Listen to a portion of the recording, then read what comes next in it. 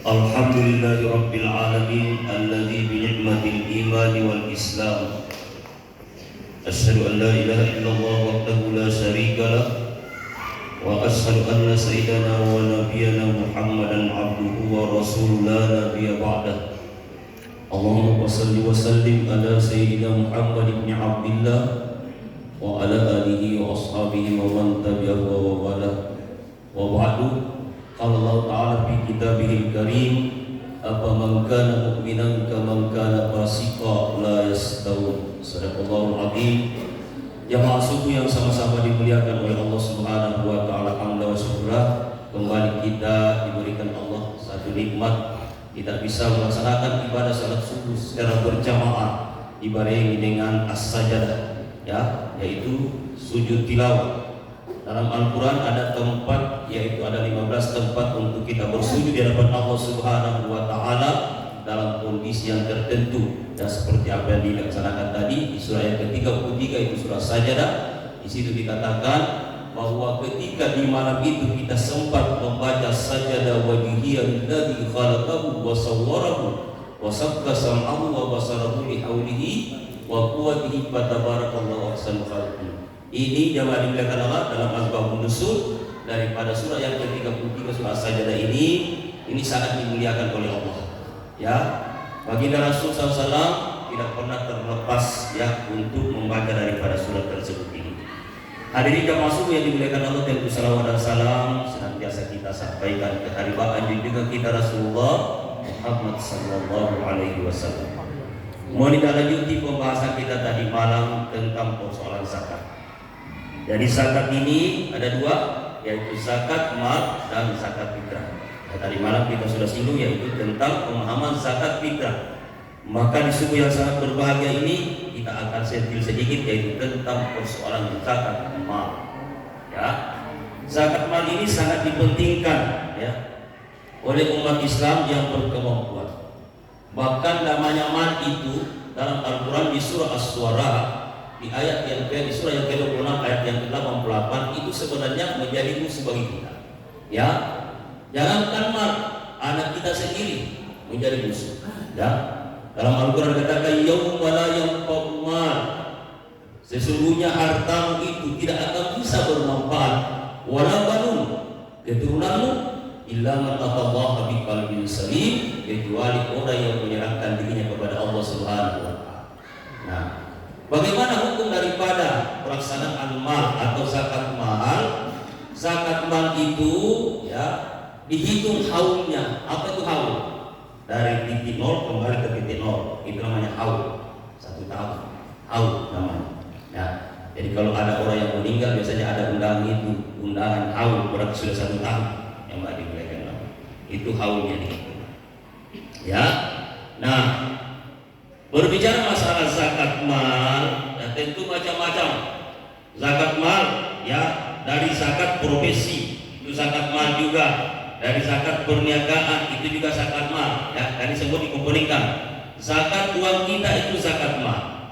Dan ini harus hormati, tidak boleh kita pakai hitungan matematika. Ya, contoh omset kita kalau 1 miliar berapa zakat? 2,5% berarti 25 juta. Ya kan? Semakin tinggi omsetnya seseorang itu, semakin banyak zakatnya. Nah, saya pernah menghitungkan seorang, tidak perlu saya namanya. Terakhir saya hitungkan itu zakat malnya 375 juta. Kira-kira itu berapa, Pak? Miliar. Ya kan? Kita kurang lebih 17 miliar yang ada di belakang. Nah, tidak boleh kita berpikir aduh 375 juta itu kalau saya bangun rumah itu sudah selesai. Ada hormati itu ada ancaman di surat At-Taubah di ayat yang ke-34. Allazina yaknizuna adh-dhahaba wal fiddata wa la yunfiqunaha fabashshirhum bi'adzabin alim. Ketika nanti lebunya emas, tembaga ada hormati, maka sama-sama ikut harta manusia ada hormati. Fabashshirhum bi'adzabin alim. Ini kabar gembira yang menyakitkan. Kabar gembira tapi menyakitkan. Kenapa? Kabar gembira diberikan oleh Allah tapi azab. Nah, bagaimana ancamannya Allah Subhanahu wa taala? Selain daripada itu, maka dilanjutkan ayatnya di ke-35, yauma yuhma 'alaiha fi nari jahannam fatukwa biha jibahum wa juduruhum hadza ma kanastum li anfusihim fazuqul azaba bima kuntum takfurun. Nah, jadi orang yang berharta yang hari Allah jangan dipikir bahwa itu orang bahagia, belum tentu. Ya, orang yang berharta di dunia ini ketika dia manfaatkan dengan baik boleh ya mendapatkan kebahagiaan. Tapi ketika ada orang yang mempunyai harta ya bukan untuk bersenang-senang tapi malah dijadikan sebagai sifat istidraj. Apa itu istidraj? Membangga-banggakan diri. Aku ini loh, saya ini loh, ya kan? Nah, saya yang paling kaya di kompleks ini. Harus hormati kekayaan kita ini sebenarnya harus hormati. Kalau dibanding kekayaan Nabi Sulaiman tidak ada apa-apa. Ya, saya pernah membaca kisah daripada Nabi Sulaiman itu. Nabi Sulaiman itu ya sekitar 80 meter yang dimuliakan Allah, aspal yang dia bangun setinggi 1 meter itu semua emas. Kira-kira sekarang beli? Belum ada Pak, ada semua. Ya kan? Nah, kalau yang dimuliakan Allah Subhanahu wa taala kunci gudanya saja tidak bisa dibawa oleh manusia, yang bawa oleh unta. Walaupun keduanya itu berbeda. Ya, kalau Nabi Sulaiman takutnya kepada Allah Subhanahu wa taala luar biasa.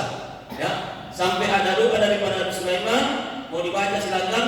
Rabbi auzi'ni an ashkura nikmataka allati an'amta 'alayya wa 'ala walidayya wa an a'mala shalihan tardahu wa adkhilni bi rahmatika fi ibadika shalih. Itu doa daripada Nabi Sulaiman. Silakan mau pakainya mana di dekat. Ya kan? Nah, sebaliknya kalau manusia hormati justru ya hartanya itu dijadikan untuk power kekuatan, untuk berbangga-bangga. Nah sehingga ketika ada sekarang ini yang mendapatkan harta itu katakan harta karun. Kenapa saking banyaknya jamaah digunakan Allah? Dilebur dengan dirinya sendiri. Ini. Makanya harta itu sekali lagi tidak akan bisa membawa kepada ketenangan. Semakin banyak harta seseorang itu semakin dihantui untuk berpikir macam-macam. Ini kalau saya kasih keluar zakatnya ini banyak ini. Bayangkan kalau 10 miliar berarti 250 juta. Aduh, banyak sekali. Coba Pak, yang lain diberikan. Nah, padahal sebenarnya katakan harta itu apa namanya kekayaan itu bukan titipan, bukan kita yang punya. Nah, Allah Subhanahu wa taala delegasikan kepada kita itu untuk dikelola, dipercaya kita untuk mengelola harta itu. Dan kapan waktunya sudah habis kontraknya sama kita, harta itu ada dua. Kalau bukan kita yang tinggalkan, harta yang tinggalkan kita yang dimuliakan. Itu sudah hukum, tidak boleh tidak. Kenapa? Ini penjelasan di ayat lain. Ya. Al-Quran menyampaikan yang dimuliakan Allah, ya, ketika selama hidupnya manusia itu ya, dianjurkan untuk berzakat, dianjurkan untuk mengeluarkan zakat, tapi dia enggan. Ingat, itu ancaman Allah. Jangan menyesal. Ya. Allah menyampaikan dalam surah Al-Munafiqun hadza sarmati. Wa anfiqu mimma razaqnakum min qabli an ya'tiya ahadakumul maut fayaqul rabbi laula akhartani ila ajalin qarib فأصدق وأكن من الصالحين ولن يؤخر الله نفسا إذا جاء أجلها والله خبير بما تعملون. Nah, harus hormati ini orang yang berharta. Selama itu jangan dikatakan datangi, kasih keluar zakatmu itu, zakat hartamu. Dia tidak mau harus hormat. Nah, ketika dia akan menemukan penyesalan itu pada saat berada di alam barzakh. Ini perlu kita campur, ya. Pada saat berada di alam pemisah, karena barzakh itu pemisah yang memisahkan antara hidup dengan mati, namanya barzakh. Dijelaskan dalam surah Rahman, barajal bahraini yaltaqiyani bainahuma barzakh la yabghiyan. Ya, tidak akan ada bisa menutup lama la yabghiyan, tidak bisa. Siapa pun orang yang harus hormati, tidak ada pun yang bisa membujuk mungkar pada kira kasih kembali duit orang itu orang kaya. Kenapa? Dia mau mengeluarkan zakatnya, nggak bisa. Sampai orang itu menghibah bermunajat kepada Allah, Rabbi laula akhartani, masih bisakah ditangguhkan dulu daripada kematianmu ya Allah? Kematian, kamu sih kan sudah mati. Kenapa ngomong begitu? Ya, Rabbi laula akhartani ila ajalin qarib, sudah sampai ajalmu di tempat ini. Apa alasanmu sampai engkau mudik? Ya, sampai engkau balik? Fa asaddaq, saya mau bersedekah. Waduh, sudah terlambat. Ya kan? Apa arti daripada kalimat penyesalan ini ketika kita sudah sampai di Balikpapan di sana, sudah sampai di Sukabumi, baru ngomong Pak Asaddaq, saya mau bersedekah, sudah tidak ada tempatnya. Nah, selesai kau bersedekah, wa akum minas shalihin, saya akan termasuk orang-orang yang saleh. Oh, sudah tidak ada zaman mereka. Jadi jangan dipikir bahwa orang yang kaya itu bahagia, Pak. Ya, kalau punya bahagia secara kasat mata harus hormati, peruntuk tenang. Kenapa? Orang lain pada jenjang hidupnya harus hormati, dia mengembara pikirannya kemana-mana. Besok kerja apa lagi? Besok ini bagaimana bertambah uang ini harus hormati. Makanya harta itu musuh. Innama amwalukum fitnah. Sesungguhnya harta itu adalah musuh yang ada di mereka. Nah ini, ya kan? Dan sekaya apapun namanya manusia harus hormati. Ya, boleh saja dia membangun rumah sakit harus hormati, tapi tidak akan mungkin dia bisa membayar kesehatan yang diberikan. Bisa, banyak orang yang punya duit bisa bangun rumah sakit, tapi ketika mereka dia sakit, bisakah dia bayar sakitnya itu untuk menjadi sehat? Nah, ya kan? Tadi ujung al-insan dibaca, ya kan? Yudkhilu man yasha'u fi rahmati wadh-dhalimina 'adda lahum 'adzaban alima. Ini surah Al-Insan, surat yang ke-76 yang dimuliakan Allah. Sudah baca.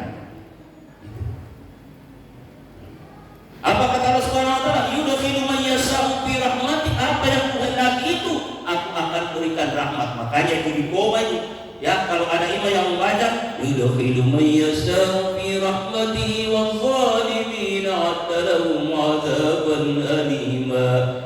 Tidak perlu ditegur, tapi perlu diperingati. Nanti lain kali kalau baca itu jangan disambung. Al-Quran itu harus dicerna betul-betul. Jadi di koma ketika Allah Subhanahu wa taala menghendaki untuk mendapatkan rahmat orang itu, maka mendapatkan rahmat. Makanya tadi di awal kenapa saya menyinggung ayat ini di surah As-Sajdah, apa man kana mu'minan kama kana fasika, apakah sama orang yang beriman dengan orang yang tidak beriman alias fasik? La yastawi, tidak akan sama. Sama, Pak. Kenapa? Ya, itu tadi diberikan peringatan ataupun tidak diberikan peringatan, ini banyak ayat. Surah Yasin menjelaskan, surah Al-Baqarah menjelaskan, ya, innal ladzina kafaru sawa'un 'alaihim a anzartahum am lam tunzirhum la yu'minun. Sesungguhnya orang-orang yang kafir itu yang membangkang agama Allah Subhanahu wa taala didatangi untuk diajak mengeluarkan zakat, ya, diberikan peringatan ataupun tidak diberikan peringatan, la yu'minun, tidak akan beriman di sisi Allah Subhanahu wa taala. Ini. Nah, setelah sampai di sana, baru dia menyampaikan, Rabbi laula akhartani, ya Allah tangguhkan dulu kematianku. Kamu sudah mati. Ya, asal apa? Saya mau bersedekah. Setelah engkau bersedekah, saya mau menjadi orang yang saleh. Apa kata Allah? Wala yu'akhirullahu nafsan idza jaa ajalha. Hari ini, detik ini saya akhir daripada kehidupan. Nafsan itu adalah kehidupan. Kalau kita pecahkan nafsnya. Nafsan itu adalah kehidupan. Makanya biasa diambil kata nafas. Nafsan itu ada kehidupan. Wala yu'akhirullahu nafsan idza jaa ajalha. Saya sudah sampaikan ajalmu. Wallahu khabirun bima ta'malun, tapi kamu tidak mau dengarkan kata ini jamaah dimuliakan Allah. Khabir itu kan diambil daripada kabar. Kabar itu apa? Kabar, berita. Ini jamaah dimuliakan Allah. Nah, maka hati-hati kita yang mempunyai kekayaan. Kemudian selanjutnya harus hormati tinggal kita memanfaatkan waktu 5 menit ke depan jamaah dimuliakan Allah ya. Ya. Tidak apa-apa sedikit kita korek ya. Ya. Jadi oleh karenanya itu sasarannya kemana ini harta? Zakatnya jamaah dimuliakan Allah. Ya, lagi-lagi saya mengulangi di surah yang ke-9 di ayat yang ke-60 tadi malam itu, bahwa sasaran ini adalah 8 asnaf diperbolehkan untuk menerima zakat, dan jangan coba-coba namanya zakat itu dimasukkan ke dalam masjid. Tidak ada dalam ayat itu direkam fil masjid. Silakan. Ya. Harus hormati. Ya, saya sampaikan, ya saya tidak perlu sebut namanya orang itu. Ya Pak, Bu, jangan coba-coba dikasih masuk ke masjid. Bagaimana kalau kebatian kosas boleh yang kenapa itu digolongkan wabnis sedih atau iblis sedih? Ini sama. Ini kadang-kadang kita berpikir, wah ini kalau 300 juta atau 250 juta yang sempat ini satu petak ataupun satu kamar mandi di masjid ini, ya tempat dulu di masjid ini bisa selesai. Oh, mohon maaf Pak, jangan dimuliakan Allah. Ya. Masa kita tega untuk membuang kotoran di tempat ini yang dimuliakan Allah? Itu zakat itu kan pembersih, ya. Ini paragraf. Kalau infak, sedekah, boleh-boleh saja yang dimuliakan Allah. Jadi itu sasarannya, ya.